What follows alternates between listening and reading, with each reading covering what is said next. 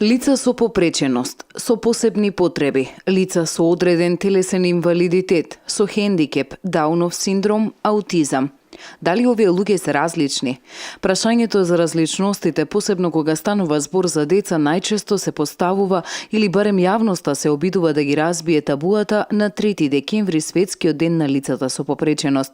Во рамки на одбележувањето на овој ден основното училиште Колеканински, Едукација М и ресурсниот центар преку Кловновска забава и магија организираа настан во паралелка каде е застапена инклузијата под мотото волшебна насмевка за секое дете. Се инволвирани во оваа настава и можам да кажам дека на дечината им е задоволство да доаѓаат во училиште и да се дружат со своји врсници, своји другарчина и се трудиме секогаш да имаат добар третман и прием кај другите дечина, запознати со овој вид на деца кои не се разликуваат од другите деца затоа што и за нив има волшебна насмевка. И повторно се навраќаме на светскиот ден 3 декември. Дали е доволно да се зборува на оваа тема само на еден ден во годината? 3 декември е еден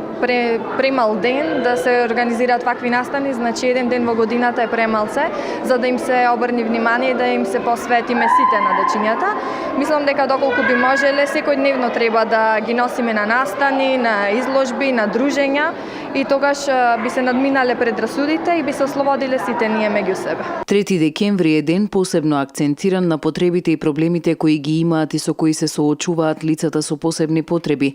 Иако со закон лицата со хендикеп имаат гарантирани права, сепак во пракса многу од нив не се применуваат. Над 1 милиарда луѓе или околу 15% од населението во светот живеат со некој вид на инвалидност. Лицата со инвалидност, иако го представуваат најголемото малцинство во светот, често се соочуваат со бариери кои им оневозможуваат потполно учество во сите аспекти на општеството, но не е доволно само еден ден да им се посвети внимание на овие лица и на нивните права за еднаквост со другите.